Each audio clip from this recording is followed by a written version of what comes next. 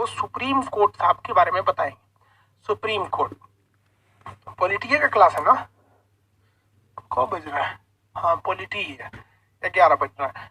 Supreme court के बारे में बताते हैं। सुप्रीम कोर्ट को हिंदी में क्या कहते हैं? सर्वोच्च न्यायालय या उच्चतम न्यायालय। सर्वोच्च न्यायालय या उच्चतम न्यायालय। सुप्रीम कोर्ट को शॉर्टकट में एससी। अब कंफ्यूजन मत पड़िएगा, सर्वोच्च मतलब होता है सबसे ऊपर, सर्वोच्च न्यायालय या फिर उच्चतम न्यायालय। उच्चतम न्यायालय सुप्रीम कोर्ट।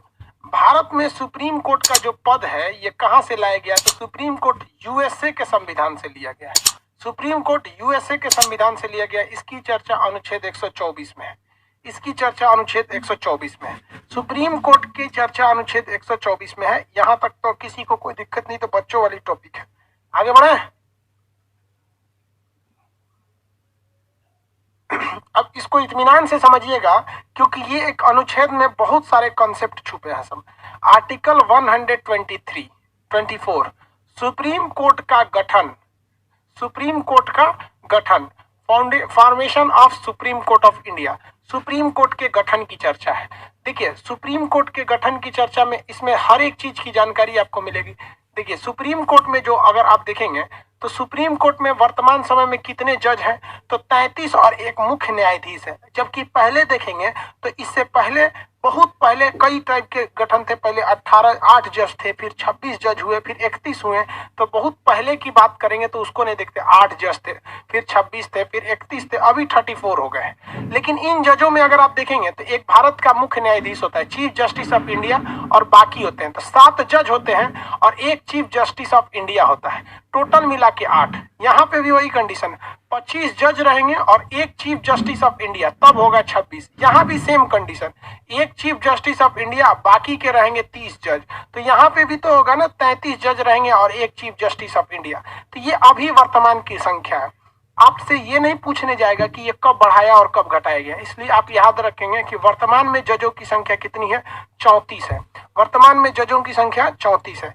अब कहेगा कि सुप्रीम कोर्ट में जो जज होते हैं, सुप्रीम कोर्ट में जज की संख्या, जज की संख्या मतलब नंबर ऑफ जजेज इन सुप्रीम कोर्ट कौन डिसाइड करता है? तो याद रखेंगे ये डिसाइड करता है हमारा संसद। लेकिन यूपीएससी 2015 में क्वेश्चन पूछा था कि हाई कोर्ट में जजों की संख्या का कौन डिसाइड करता है, कि कितने जज रहेंगे। तो हाई कोर्ट में अगर कहेगा तो वहां हाई कोर्ट में राष्ट्रपति आते हैं। तो जब हम हाई कोर्ट पढ़ाएंगे आपको आर्टिकल 214, तब हम वहां हाई कोर्ट में बता देंगे कि हाई कोर्ट में जजों की संख्या का जो डिसाइड होता है कि कितने जज रहेंगे किस हाई कोर्ट में, ये राष्ट्रपति यानी प्रेसिडेंट करते हैं। लेकिन यहाँ याद रखिएगा कितने जज होते हैं ये संसद डिसाइड करती है। ये संख्या को किसने बढ़ाया है? तो संसद ने इस संख्याओं को बढ़ाया है। किसी को कोई दिक्कत नहीं यहाँ तक में, एक एक करके समझिए। ये सारी चीजें आर्टिकल 124 में है। ये बहुत बड़ा आर्टिकल है, इसमें हर एक चीज सुप्रीम कोर्ट का देख रहे हैं। सीधे स्ट्रक्चर के बारे में बता दिए, structure of supreme court of India. अब इनकी योग्यता क्या होनी चाहिए? इनके अंदर कोई ना कोई तो एलिजिबिलिटी होनी चाहिए, योग्यता। तो योग्यता में इनकी 2 चीजें हैं, याद रखिएगा। इनकी योग्यता है कि किसी भी हाई कोर्ट में आप 10 साल तक वकील रहिए। किसी भी हाई कोर्ट में कितने साल तक? 10 साल तक वकील रहिए। या फिर किसी भी हाई कोर्ट में आप 5 साल तक जज रहिए। 5 साल तक जज रहिए। और उसके अलावा ये किस योग्यता किसके आधार पर बताया जा रहा है? तो ये बताया जा रहा है हाई कोर्ट में, क्योंकि हाई कोर्ट के बाद ही तो आपका प्रमोशन सुप्रीम कोर्ट में होगा। तो आप तो इतने तो बेवकूफ नहीं होंगे कि आप इस पे कंफ्यूज कर जाएं कि 10 साल डिस्ट्रिक्ट कोर्ट में। अब डिस्ट्रिक्ट कोर्ट से तो उठा के सीधे उनको सुप्रीम कोर्ट फेंकने वाला नहीं है। तो इसमें तो ये इतना तो दिमाग है ना, यहाँ हम हाई कोर्ट लिखने से तो अच्छा इसको मिटा दे, वरना आपकी बेइज्जती होगी कि इतने आप लोग बेवकूफ है। तीसरी योग्यता है कि ये राष्ट्रपति साहब के नजर में, किसके नजर में? राष्ट्रपति के नजर में जानकार होना चाहिए, कानून का अच्छा जानकार होना चाहिए। ये जानबूझ के ये शब्द जोड़ा गया। अगर ये नहीं जोड़ा गया रहता तो बहुत भारी बवाल होता है, क्योंकि हाई कोर्ट में कोई भी जज वकील बन जाता है। 10 साल वकील बनने का क्या जरूरत? क्या 75 ठो हाई कोर्ट में वकील फेंकाए हैं सब दुनिया भर का, मतलब उनको कोई पूछता तक नहीं। तो 10 साल वकील है तो कह देगा कि भाई खान सर पढ़ाए थे कि आर्टिकल 124 में कि 10 साल वकील है तो चले जाइए। इनमें से आप देखिए, या तो वो 10 साल वकील रहे या तो वो 5 साल जज रहे। लेकिन सबसे जरूरी है कि राष्ट्रपति उसे एक अच्छा कानूनी जानकार मानता हो। सारा झमेला यही खत्म हो जाएगा। कोई 40 साल से वकील है, कहेगा हमको सुप्रीम कोर्ट में जज बना दीजिए, तो राष्ट्रपति कहेंगे भाग, पर हमारे हिसाब से तुम जज वकील अच्छे नहीं हो, नहीं बनाएंगे। ऐसे एक सुमिता मित्तल करके थी, 1 साल हो गया हिमाचल प्रदेश में, उनको राष्ट्रपति, वो वकील थी, उन्हें राष्ट्रपति ने सुप्रीम कोर्ट का जज बना दिया। तो आप आराम से जज बनाए जा सकते हैं, क्योंकि दोनों की पढ़ाई एक ही होती है। जज और वकील दोनों की पढ़ाई क्या होती है? एक ही होती है, और इनकी पढ़ाई कभी खत्म ही नहीं होती है, हमेशा नए नए केस आते रहते हैं। इसलिए ये लोग कहते हैं कि हम अभी प्रैक्टिस कर रहे हैं। हम क्या कर रहे हैं? प्रैक्टिस कर रहे हैं। तो ये हो गया इनके जजों की लिए योग्यता हो गई। अब इनमें योग्यता के बाद इनका कार्यकाल कितना रहता है? कार्यकाल तो ये कार्यकाल के हिसाब से देखेंगे तो इनके 2 चीजें होते हैं। जिस दिन इनकी नियुक्ति हुई उस दिन से ये 6 साल तक रहते हैं, नहीं, लेकिन 65 साल से ज्यादा उम्र के नहीं रह सकते हैं। जैसे मान लिया कि कोई जज साहब हैं जो 55 साल के उम्र में ही, मतलब 50 साल के एज में वो क्या बन गए? सुप्रीम कोर्ट में जज नियुक्त कर दिए गए। तो क्या वो 65 साल तक रहेंगे? नहीं। फिर उनका कार्यकाल कितने रहेगा? 6 साल या 65 साल के लिए। ये 6 साल की ऊपरी सीमा हट गई। अब कितना रहता है भाई? देखिए, मैक्सिमम वो कितनी एज तक रह सकते हैं? तो 65 साल की एज तक वो रह सकते हैं। आगे देखते हैं, ये इनका कार्यकाल हो गया। लेकिन अब हम ये समझते हैं कि इनकी नियुक्ति कौन करता है? इनकी नियुक्ति कौन करता है? यानी हाई कोर्ट, हर राज्य में, भारत में 25 हाई कोर्ट है, तो उसमें कौन जज अच्छा है या कौन वकील अच्छा है, उसको उठा के दिल्ली के सुप्रीम कोर्ट में कौन लाता है? तो इनकी नियुक्ति बात कर लेते हैं। नियुक्ति तो इनकी नियुक्ति जो करते हैं राष्ट्रपति साहब करते हैं, राष्ट्रपति। लेकिन इन राष्ट्रपति को 2 लोग सलाह देते हैं। कौन कौन सलाह देता है? तो सीजीआई। कौन सलाह देगा? CGI, chief justice of India, plus उस हाई कोर्ट का जज, हाई कोर्ट का चीफ जस्टिस। जैसे मान लिया, अभी नहीं समझ में आया, नियुक्ति कौन करेंगे? राष्ट्रपति। लेकिन राष्ट्रपति साहब को सलाह कौन देगा? तो राष्ट्रपति साहब को सलाह देते हैं जो भारत के मुख्य न्यायाधीश है, जैसे शरद अरविंद बोबड़े, एस.ए. बोबड़े। लेकिन वो एस.ए. बोबड़े साहब वो किससे डिस्कस करते हैं? तो वो हाई कोर्ट के चीफ जस्टिस से डिस्कस करते हैं। तो इसमें 2 लोगों की सलाह ली जाती है। राष्ट्रपति एक चीफ जस्टिस ऑफ इंडिया से सलाह लेते हैं, दूसरा वो chief justice of high court से भी सलाह लेते हैं, हाई कोर्ट के जस्टिस से भी सलाह लेते हैं। हर हाई कोर्ट का भी एक सीनियर होता है जो उस हाई कोर्ट का चीफ जस्टिस होता है, तो उसे आप चीफ जस्टिस ऑफ इंडिया तो नहीं कहेंगे, chief justice of high court कहेंगे, CJH, chief justice of high court. तो अब ऐसे बोबड़े साहब जो हैं वो सुप्रीम कोर्ट में बैठे हैं, उनको क्या पता कि इलाहाबाद हाई कोर्ट में कौन अच्छा है, भोपाल हाई कोर्ट में कौन अच्छा है, जयपुर में कौन अच्छा है, तो उनको नहीं ना पता है। तो वो क्या करते हैं, चीफ जस्टिस ऑफ इंडिया, वो हर एक राज्यों से, हर राज्य में तो है नहीं, 25 राज्य में 25 ही आपका टोटल हाई कोर्ट है, तो उन सब से कहेंगे कि तुम्हारे यहाँ कौन कौन सीनियर है, उसका लिस्ट दे दो तो हम छांटेंगे, और उस लिस्ट में से छांट के वो बता देते हैं राष्ट्रपति को कि 3 आदमी को नियुक्त कर लीजिए। तो नियुक्ति करते हैं राष्ट्रपति, लेकिन सलाह किससे लिया जाता है? सलाह किससे लेते हैं? तो सलाह लेते हैं वो चीफ जस्टिस ऑफ इंडिया और उस हाई कोर्ट के मुख्य न्यायाधीश से। तो यहाँ राष्ट्रपति कितने लोगों से सलाह लेते हैं? 2 लोगों से सलाह लेते हैं, तब वो बनाते हैं भारत के मुख्य न्यायाधीश, सुप्रीम कोर्ट में जज। अब इस सुप्रीम कोर्ट में जज जब बनेंगे तो ये 2 कैटेगरी में जाएंगे। सुप्रीम कोर्ट के जज कितने कैटेगरी में जाएंगे? यहाँ नियुक्ति तो हो गया, नियुक्ति हो गया। अब देखिए, इनको शपथ कौन दिलाता है? राष्ट्रपति साहब दिलाते हैं चीफ जस्टिस को। देखिए, अब इसमें जज बनेंगे तो 33 ही तो जज हैं, और एक क्या है? मुख्य न्यायाधीश है। टोटल मिलाकर 34 है, टोटल मिलाकर 34 है। तो देखिए ध्यान से, हाई कोर्ट से प्रमोशन देके इन 33 को बुलाया गया, नियुक्त किया गया, और राष्ट्रपति ने इसमें किससे सलाह किया? ये चीफ जस्टिस ऑफ इंडिया से और उस हाई कोर्ट के जज से, उस हाई कोर्ट के जज से। लेकिन आप जरा सोचिए कि जब ये चीफ जस्टिस रिटायर होंगे, जब ये चीफ जस्टिस रिटायर होंगे, तो इन 33 में से किसको चीफ जस्टिस ऑफ इंडिया बनाया जाए, इसके लिए सलाह किससे लेंगे? तो 2 ही रास्ते हैं, जो रिटायर होके जा रहा है वो बता दे, या तो जो इसमें सीनियर है वो बता दे, तो सीनियर वा कहेगा हम ही को बता दे। इसलिए एक और नियुक्ति होती है, CJI की नियुक्ति, चीफ जस्टिस ऑफ इंडिया की जो नियुक्ति होती है ये कौन करते हैं? ये भी करते हैं, चीफ जस्टिस ऑफ इंडिया की नियुक्ति राष्ट्रपति ही करते हैं। लेकिन यहाँ राष्ट्रपति जो सलाह लेते हैं वो लेते हैं कोलोजियम की सलाह। कोलोजियम एक समय के लिए बंद कर दिया गया था, उसके जगह आया था न्यायिक नियुक्ति आयोग, जिसे खत्म करके वर्तमान में भी कोलोजियम व्यवस्था है। कोलोजियम कहते हैं 5 सीनियर जज को। जितने भी 5 सीनियर जज होते हैं, 5 सीनियर जजों के ग्रुप को हम क्या कहते हैं? कोलोजियम कहते हैं। तो इन 33 में से जो 5 सीनियर होंगे वो पांचों मिलकर डिसाइड करेंगे कि हम में सबसे ज्यादा सीनियर कौन है, और वही क्या बनेगा? भारत का मुख्य न्यायाधीश बनेगा। क्या बनेगा? भारत का मुख्य न्यायाधीश बनेगा। तो 2 तरह की यहाँ नियुक्ति होती है। इन 33 की नियुक्ति जब करनी है तो फिर से समझाएं, पता नहीं क्या पूछ रहे हैं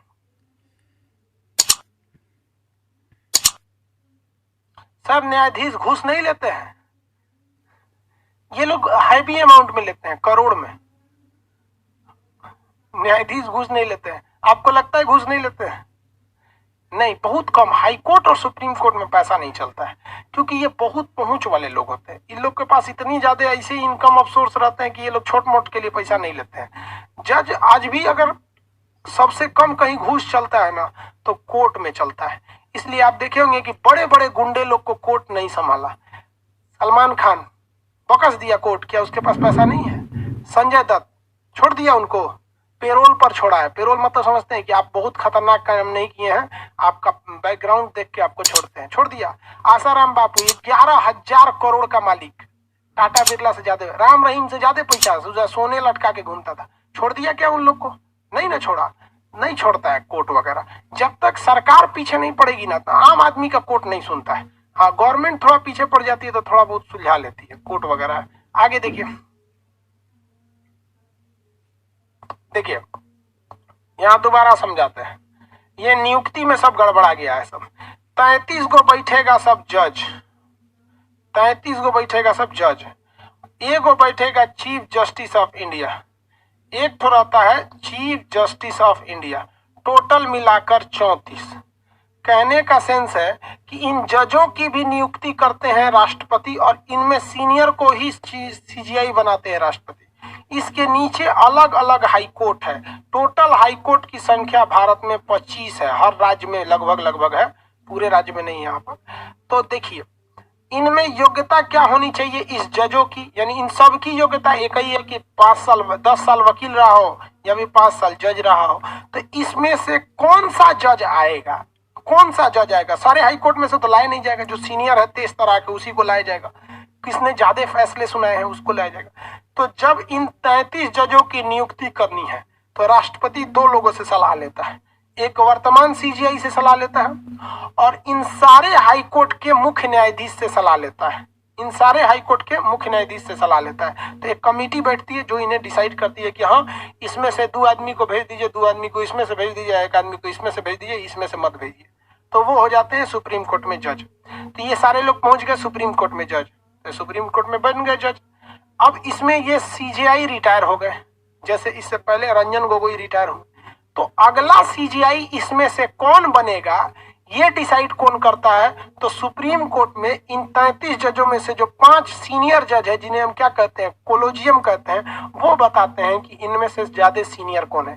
सीनियरिटी यहाँ पर देखा जाता है कि एक्सपीरियंस किसने ज्यादा फैसले सुनाए हैं, इस सब टाइप से। तो आप बताएंगे अनुच्छेद 124 में किसकी चर्चा है? सुप्रीम कोर्ट के गठन की चर्चा है। सुप्रीम कोर्ट में जजों की संख्या को बढ़ाने और घटाने दोनों का अधिकार संसद को है। पहले 8 जज थे, फिर 26 हुए, फिर 31 हुए, अभी वर्तमान में 33 जज हैं। जज बनने की योग्यता किसी भी हाई कोर्ट में आप 10 साल वकील या 5 साल जज रहे हो और राष्ट्रपति की नजर में कानून के अच्छे जानकार रहे हो तो आपको नियुक्त किया जा सकता है। आपको शपथ दिलाते हैं राष्ट्रपति और आप 65 साल की आयु तक अपने पद पर रह सकते हैं।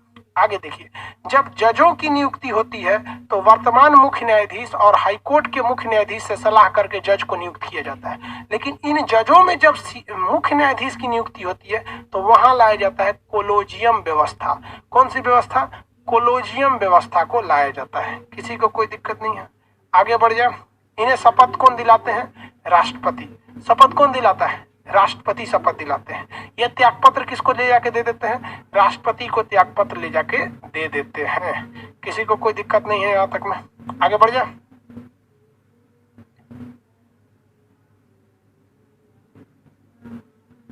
आगे बढ़े। पता नहीं क्या पूछता है।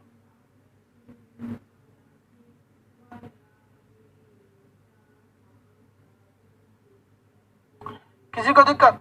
एक क्वेश्चन बताइए तो, क्या विदेशी नागरिक सुप्रीम कोर्ट का जज हो सकता है? क्या विदेशी नागरिक सुप्रीम कोर्ट का जज हो सकता है?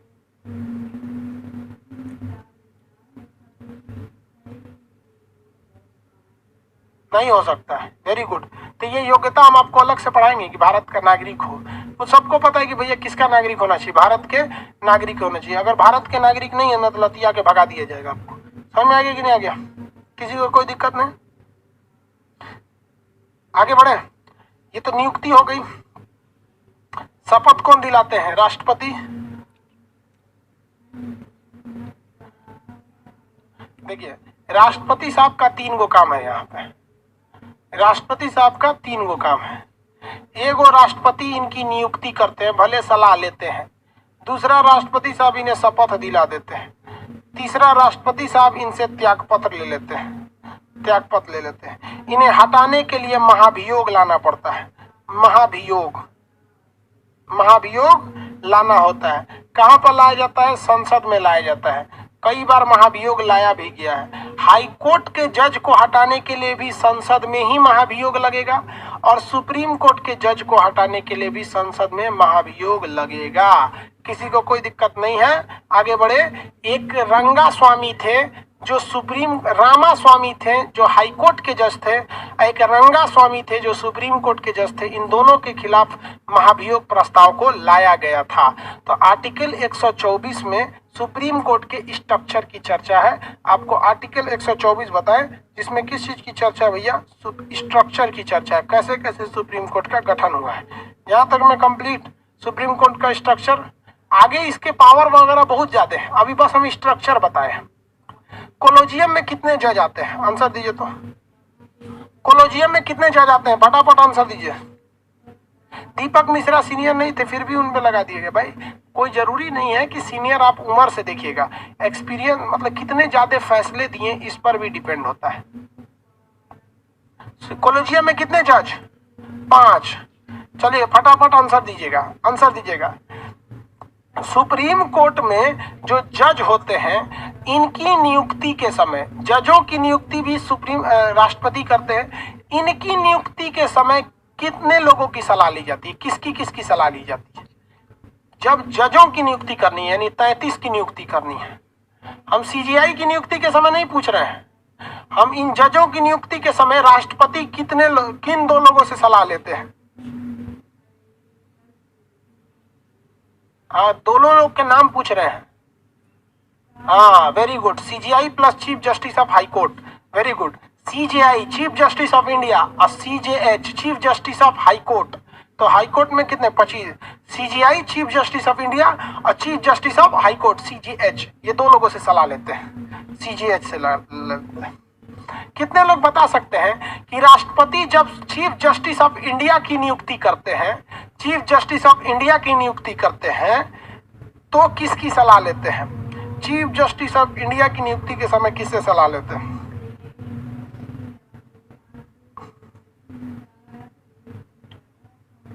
कोलोजियम। Very good. इसकी नियुक्ति के समय कोलोजियम की सलाह लेते हैं। किसकी सलाह लेते हैं? कोलोजियम की सलाह लेते हैं। अब एक बात बताइए, सुप्रीम कोर्ट में जो जज होते हैं उनकी सैलरी आप बढ़ा घटा नहीं सकते हैं तब तक जब तक कि देश के ऊपर फाइनेंशियल इमरजेंसी न लगा हो। फाइनेंशियल इमरजेंसी आज तक लगा ही नहीं है। तो मनमौजी अगर कोई नेता, कोई प्रधानमंत्री या राष्ट्रपति चाहेंगे सैलरी काट लेना तो काट लेंगे? नहीं काट सकते हैं। अब बताइए, कोई राष्ट्रपति चाहेंगे हम उनको नियुक्त कर दे तो कर सकते हैं? नहीं भैया, जब तक कोलोजियम नहीं बोलेगा तब तक आप कुछ नहीं कह सकते हैं। तो सुप्रीम कोर्ट टोटली फ्री है कि कैसे कैसे उस पर सरकार हस्तक्षेप ही नहीं कर सकती है। ना उसकी सैलरी काट सकती है, ना सैलरी कम कर सकती है, ना सैलरी रोक सकती है, ना ट्रांसफर कर सकती है। क्योंकि किस हाई कोर्ट में किसका ट्रांसफर होगा ये कोलोजियम करता है। ना प्रमोशन दे सकती हैं, कोलोजियम करता है। ना नियुक्ति कर सकते हैं, केवल सिफारिश करेगा वहां पर। तो सरकार का हस्तक्षेप नहीं रहता है सुप्रीम कोर्ट या हाई कोर्ट में, इसलिए सुप्रीम कोर्ट अभी भी बचा हुआ है, हाई कोर्ट अभी भी बचा हुआ है। इसी को करने के लिए न्यायिक नियुक्ति आयोग लाया गया था। न्यायिक नियुक्ति आयोग में कहा गया था कि 2 मंत्री रहेंगे, एक प्रधानमंत्री रहेंगे, एक ठो कानून मंत्री रहेंगे। तो 2 मंत्री रहेंगे, ये 2 मंत्री रहेंगे, 2 जज रहेंगे, 2 सामाजिक कार्यकर्ता रहेंगे और एक राष्ट्रपति साहब रहेंगे। कौन रहेंगे? राष्ट्रपति। तो ये 7 लोग मिलकर डिसाइड करेंगे कि कौन जज बनेगा। और अगर किन्हीं 2 लोगों ने कह दिया कि नहीं वो फलानिया आदमी बहुत अच्छा है लेकिन उसको जज मत बनाइए, तो नहीं बनाया जाएगा। साला सरकार हाई कोर्ट में हस्तक्षेप करना पड़ता था। ये 2 मंत्रिया कोनो ईमानदार जज को कहेंगे सब मत बनाइए। तो ये नियम पारित हो गया था संसद से। सुप्रीम कोर्ट ने कहा कि हमारे हाथ में, हमारे गिरेबान में हाथ डालेगा। सुप्रीम कोर्ट ने न्यायिक नियुक्ति आयोग को खारिज कर दिया, कहा कि यह कानून गलत है, न्यायपालिका पर दबाव बनाने के लिए लाया गया है। जजों की नियुक्ति कोलोजियम के सलाह पर ही की जाएगी, नहीं तो नहीं की जाएगी। सरकार का मुंह झुझुआ गया कि सिर्फ हम तो इसको लगाम लगाना चाहते थे। समझ में आ गया? न्यायिक नियुक्ति आयोग गलत था। न्यायिक नियुक्ति आयोग से राजनेताओं की पहुंच किस पे हो जाती? न्यायपालिका पर। जैसे किसी डीएम एसपी का ट्रांसफर सरकार के हाथ में रहता है, प्रमोशन सरकार के हाथ में रहता है, सस्पेंड करना सरकार के हाथ में रहता है। लेकिन जज का, एक मामूली जज जो सुप्रीम कोर्ट का नहीं डिस्ट्रिक्ट कोर्ट का भी है, तो सरकार ना उसका सैलरी रोक सकती है, ना ट्रांसफर कर सकती है, ना प्रमोशन दे सकती है, ना सस्पेंड कर सकती है, कुछ नहीं कर सकती है। और वो जज अगर लिख दिया कि प्रधानमंत्री नरेंद्र मोदी को जेल में डालिए, डिस्ट्रिक्ट कोर्ट का जज अगर लिख दिया जेल में डालिए, तो मोदी जी को भाग के तुरंत हाई कोर्ट जाना पड़ेगा। महाराज जो डिस्ट्रिक्ट कोर्ट वाला हमारा जज में डाल दिया, रोकवा दीजिए, स्टे दे दीजिए, रोक दीजिए। और अगर हाई कोर्ट के जज नहीं बैठल है तो पुलिस उठा के टांग के डाल देगी। इतना पावर होता है जज का। इसलिए हर एक चीज सुप्रीम कोर्ट का अलग है।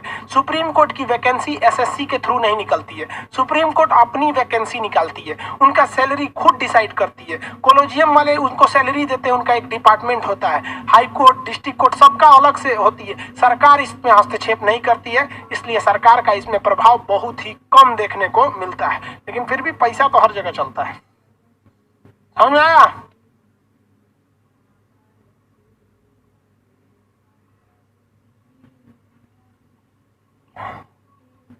सर एंग्लो इंडियन सीजीआई बन सकता है, आराम से बन सकता है। अब एंग्लो इंडियन का व्यवस्था खत्म हो गया।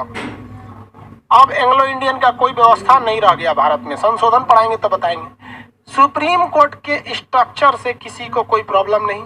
अब सुप्रीम कोर्ट के पावर को समझते हैं। किसी को सुप्रीम कोर्ट के स्ट्रक्चर से कोई प्रॉब्लम नहीं है। अगर कोई कहता है कि नियुक्ति कौन करते हैं, तो राष्ट्रपति करते हैं। तब ओकरा से पूछिएगा कौना के नियुक्ति पूछ रहा है तुम? जजवन का? तो जजवन का नियुक्ति के समय सीजीआई से पूछते हैं और chief justice of high court से पूछते हैं। तू कहेगा ना ना जज का नहीं पूछ रहे थे, हम पूछ रहे थे सुप्रीम कोर्ट के मुख्य न्यायाधीश का। तो अच्छा, मुख्य न्यायाधीश के लिए, तो मुख्य न्यायाधीश के लिए कोलोजियम का प्रयोग करते हैं। कोलोजियम कहेगा कोलोजियम में कितना जज? तो 5 गो सीनियर जज को कोलोजियम में रख लिया जाता है। समझ में गया? कहेगा कि नियुक्ति करता कौन है? नियुक्ति कौन करता है? तो नियुक्ति राष्ट्रपति करते हैं। कहेगा कि शपथ कौन दिलाते हैं? तो राष्ट्रपति दिलाते हैं। कहेगा कि इनका त्यागपत्र, इस्तीफा कौन लेते हैं? त्यागपत्र राष्ट्रपति ले लेते हैं। सब काम राष्ट्रपति कर लेते हैं। क्या इनकी वेतन रोकी जा सकती है? नहीं। सैलरी, प्रमोशन कौन देता है? कोलोजियम। सारा काम कोलोजियम। न्यायिक नियुक्ति आयोग कुछ भी नहीं करता है। समझ में गया? अब आगे बढ़े। आर्टिकल 125।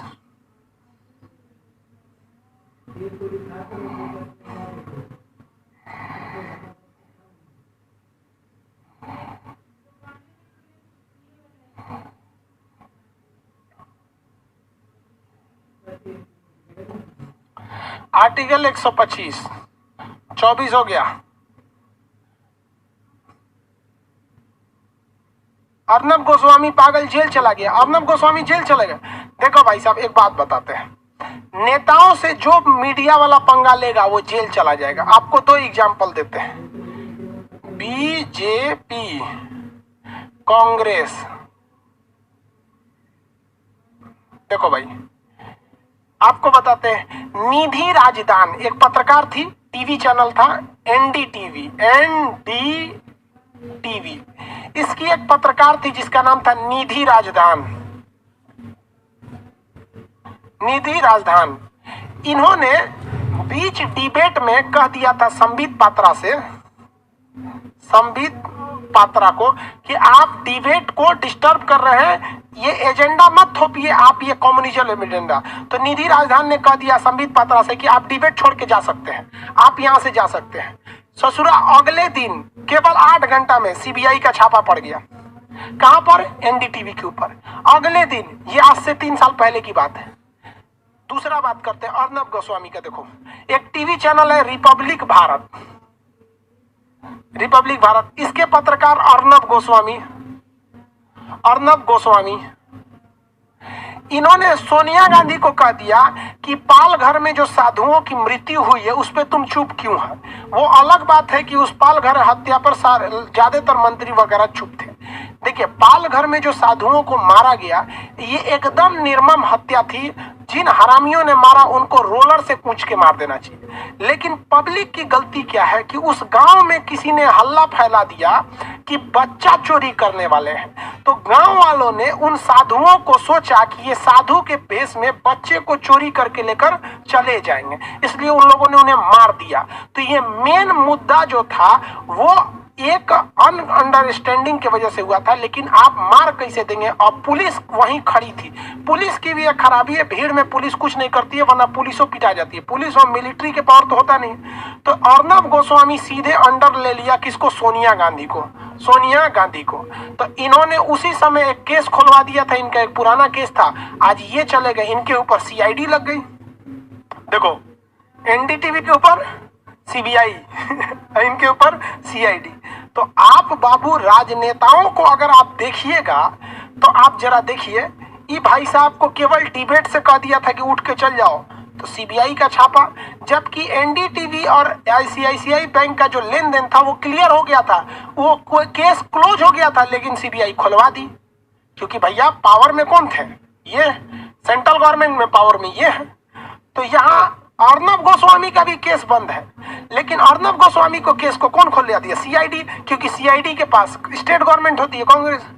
तो भाई साहब, आप लोग को कहते हैं ना, इसलिए कभी भी आप अपने जगह पे रहिए, कामयाब होइए, अपना जगह पे सेट कर लीजिए। क्योंकि आप कितने भी बड़े हो जाएंगे ना, कितने भी बड़े, तो ये नेता आपको नहीं छोड़ेगा सब। इसलिए आप ज्यादा इस सब के चक्कर में नहीं पड़िए। अर्नब गोस्वामी सुप्रीम कोर्ट जाएगा, हाई कोर्ट जाए, कहाँ जाए, उससे क्या मतलब है। आर्टिकल 124 देखते हैं।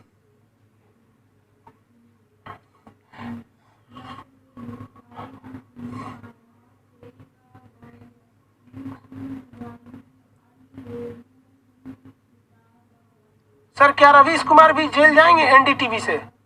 कोई क्राइम करेगा तो सरकार उठवा लेगी बाबू। अरे बाबू, सरकार हमरा चाहिए तो उठवा लेगी। सरकार से पंगा नहीं लेना चाहिए, वो भी जेल चल जा सकते हैं, कोई भी जा सकता है। इसलिए गवर्नमेंट के पास नहीं, क्योंकि पुलिस गवर्नमेंट के अंडर में होती है, उठा के भेज देगा। आप हाई कोर्ट जाइए, सुप्रीम कोर्ट जाइए, वहां से जमानत मिलेगी, अलग बात है। यहाँ पे आगे देखिए, इस सब के चक्कर में मत पड़ बाबू। 125 आर्टिकल 125, इसमें क्या बोला गया है? इसमें कहा गया है कि जजों का जो वेतन होता है, सैलरी, जज का वेतन, जज का वेतन, कार या जो भी हो, गाड़ी नहीं लिखा है, कार, पेट्रोल, लाइट कट गया तो जनरेटर, जनरेटर, गार्ड, मेस, खाना खा सकते हैं मेस में, स्कूल फीस, उसका घर से कुछ नहीं लगता है उसका। सुप्रीम कुछ करेगा उसका कुछ नहीं लगेगा, कुछ भी कर देगा उसका कुछ नहीं लगेगा। समझ में आ रहा है कि नहीं आ रहा है? किसी को कोई दिक्कत? कुछ भी कर दिया उसका नहीं, टोटल पैसा बच जाता है। तो ये तो एक नॉर्मल सा अनुच्छेद है यार, इसमें कॉन्सेप्ट क्या बताएंगे हम? हाँ, कुछ खास कॉन्सेप्ट वाला तो चीज नहीं था। अब इसके बाद आर्टिकल किस पे चलते? 126 पर। आर्टिकल 126 पर 126, 27, 28 ये इंपॉर्टेंट है। इसमें कार्यकारी मुख्य न्यायाधीश की चर्चा है। कार्यकारी मुख्य न्यायाधीश का मतलब होता है अस्थायी मुख्य न्यायाधीश। देखिए 126, आर्टिकल 126, देखो बाबू 124 बताए सुप्रीम कोर्ट के स्ट्रक्चर की चर्चा थी, सुप्रीम कोर्ट का गठन था। बिना वेतन कोनो काम होता है, तो यहाँ पर क्या था, वेतन था। अब 125 126 देखते हैं। कार्यकारी यानी अस्थाई, अस्थाई मुख्य न्यायाधीश, इंग्लिश में इसको कहते हैं एग्जीक्यूटिव चीफ जस्टिस। इंग्लिश में इसे क्या कहा जाता है, एग्जीक्यूटिव चीफ जस्टिस। क्या होता है ये एग्जीक्यूटिव चीफ जस्टिस? जैसे देखिए, सुप्रीम कोर्ट में 33 तो जज हैं और एक तो हमारे चीफ जस्टिस ऑफ इंडिया है। टोटल जज इतने ही ना है, 33 जज हैं और एक चीफ जस्टिस ऑफ इंडिया यानी 24 है। किसी को कोई दिक्कत नहीं है, ये जज कहलाते हैं, इनकी सैलरी 2.5 लाख, ये चीफ जस्टिस ऑफ इंडिया है। जरूरी नहीं कि हर व्यक्ति अपनी जगह पर अवेलेबल रहे, जरूरी नहीं कि हर व्यक्ति एक दूसरे पर अवेलेबल रहे। कभी कभी चीफ जस्टिस जो होते हैं वो छुट्टी पर गए रहते हैं, बीमार पड़े रहते हैं या अपने जगह पर नहीं रहते हैं। तो क्या किया जाता है कि जितने दिन के लिए ये चीफ जस्टिस ऑफ इंडिया नहीं रहते हैं, उतने दिन के लिए इन 33 जजों में से एक ठो को temporary chief justice of India बना दिया जाता है। उसे अलग से शपथ नहीं दिलाया जाता है चीफ जस्टिस का, बस वो टेम्पोररी काम करने के लिए आ गया रहता है। कार्यकारी मुख्य न्यायाधीश कहते हैं, इसलिए ये क्या रहता है, टेम्पोररी रहता है। इसकी नियुक्ति कौन करता है? इसकी जो नियुक्ति होगी, आप ही बताइए ना, नियुक्ति कौन करेगा? तो इनकी नियुक्ति करते हैं राष्ट्रपति कोलोजियम के सलाह पर। इनकी नियुक्ति कौन करते हैं? राष्ट्रपति कोलोजियम के सलाह पर। इसमें से कोई सीनियर होगा वो चला जाएगा। जैसे चीफ जस्टिस ऑफ इंडिया की मान लीजिए बेटा या बेटी की शादी है, कोई फंक्शन है, वो चले जाएंगे शादी ब्याह में 10 दिन की छुट्टी लेकर।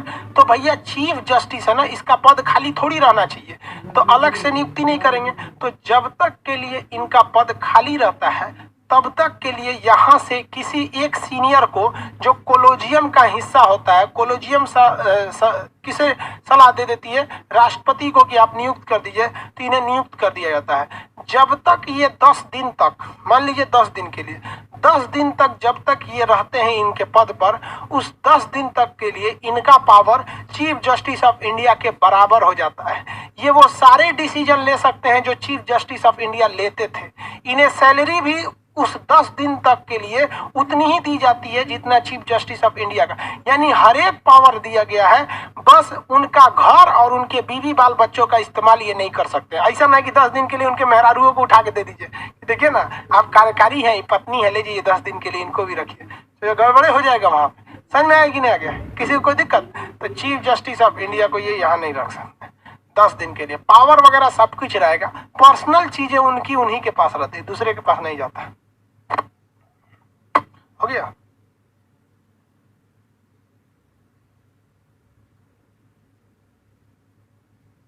हो गया? किसी को कोई दिक्कत नहीं है? इसी को कहा जाता है कार्यकारी न्यायाधीश। अरे बीवी बाल बच्चा को काहे लिए लेके जाएगा, गड़बड़े कर देगा तब तो।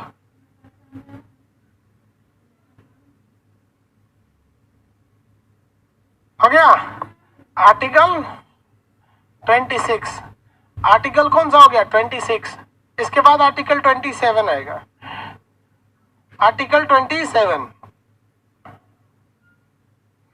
आर्टिकल 27 में एडहॉक जज की चर्चा है।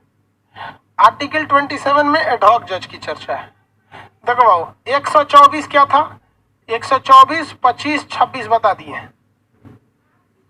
अब बताइए तो इसमें क्या था? 124 में सुप्रीम कोर्ट का गठन था, कैसे कैसे इसका गठन किया जाता है। और इसमें क्या था? आपका वेतन।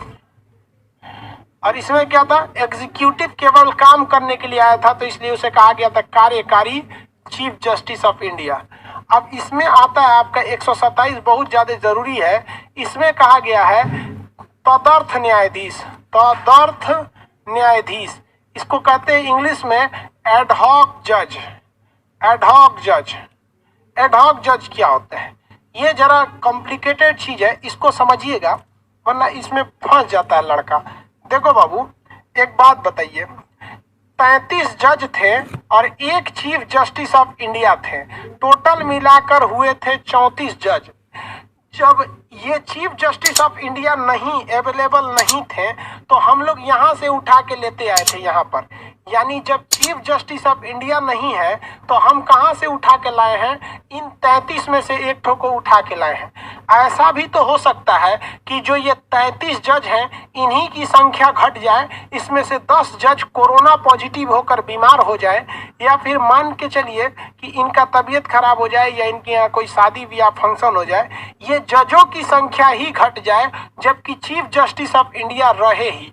इस स्थिति में क्या कीजिएगा? तो इस स्थिति में जज कहाँ से लाएंगे? तो इस स्थिति में जज लाया जाता है अलग अलग हाई कोर्ट के जज से, अलग अलग हाई कोर्ट से लाया जाता है। भारत में तो 25 गो हाई कोर्ट है कि नहीं है? तो इस स्थिति में हम कहाँ से जज लाएंगे? हाई कोर्ट से लाएंगे। लेकिन ये जरूरी है कि ये हम जान लें कि यहाँ से जो जज लाया जाएगा वो किसके सलाह पर लाया जाएगा। तो कहीं पे भी जज को नियुक्त करना है तो नियुक्त तो भैया राष्ट्रपति ही करेंगे, चाहे वो परमानेंट जज हो या परमानेंट आपके सीजीआई हो या कार्यकारी सीजीआई हो, नियुक्त तो राष्ट्रपति ही करेंगे। बात आती है सलाह लेने की, तो एडहॉक जज कहा जाता है कि जिस हाई कोर्ट में जजों की कमी नहीं है उस हाई कोर्ट से जज को टेम्पोररी रूप के लिए सुप्रीम कोर्ट को भेज देने वाला जज एडहॉक जज कहलाता है।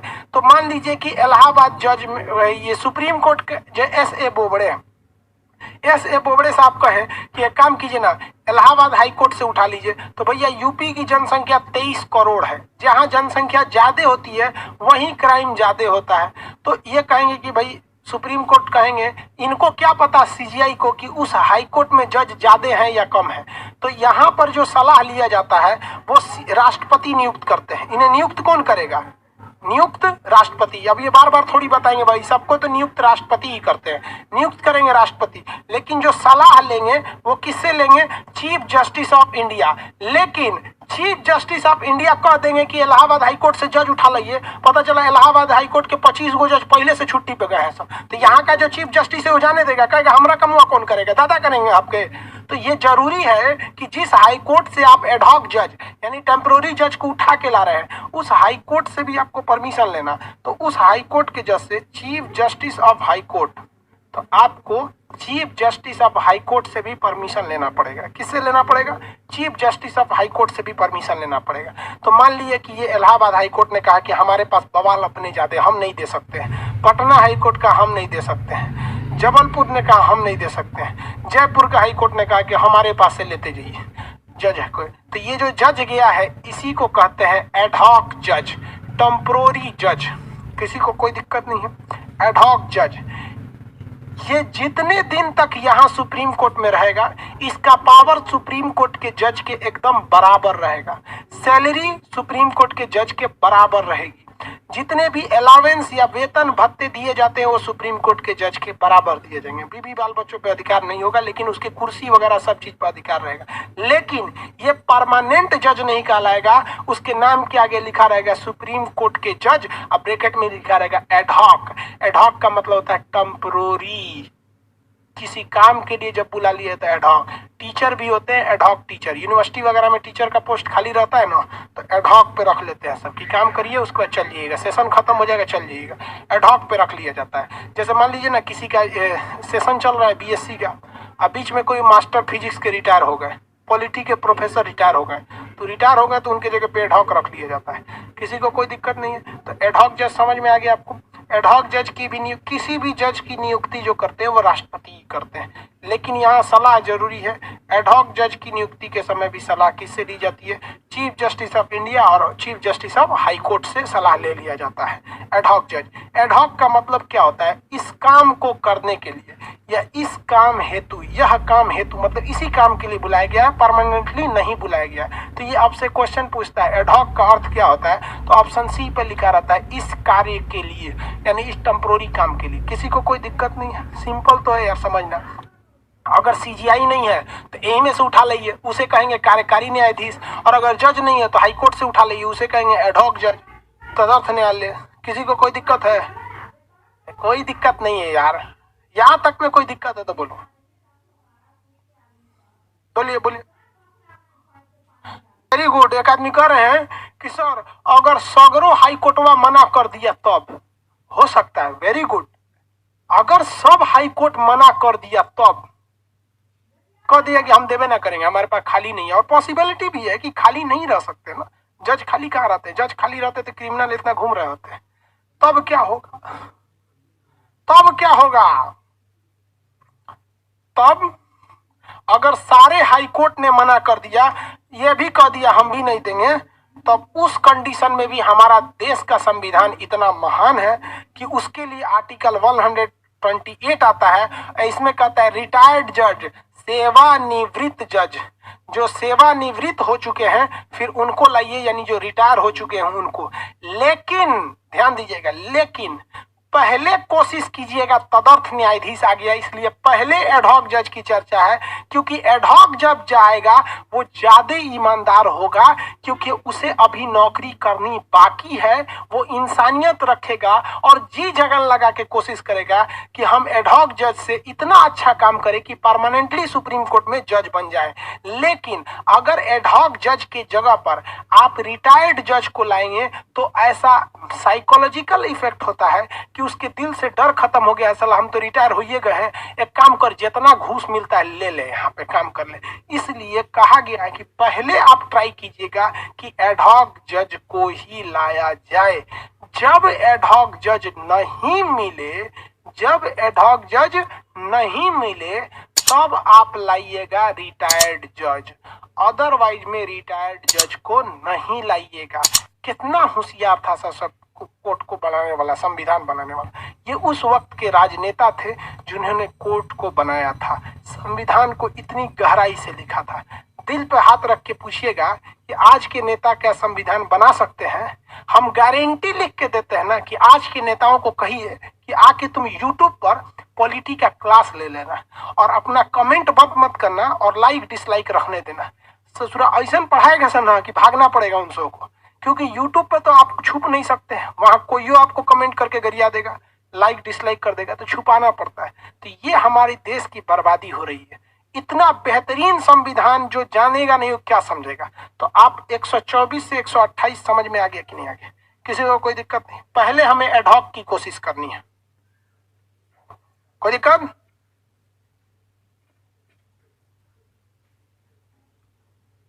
सीजीआई इनकम टैक्स देते हैं बाबू? केवल और केवल राष्ट्रपति एक ऐसा पद है जो इनकम टैक्स नहीं देते हैं।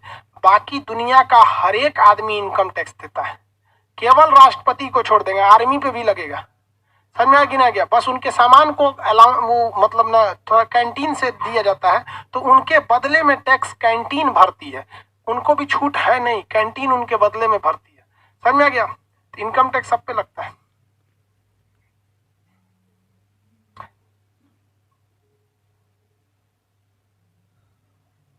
चलिए अब आगे कल करेंगे, आज के लिए तो नहीं, क्योंकि आगे आप बताएंगे ना तो आर्टिकल 129 जो है ना वो आपको अभिलेख न्यायालय है।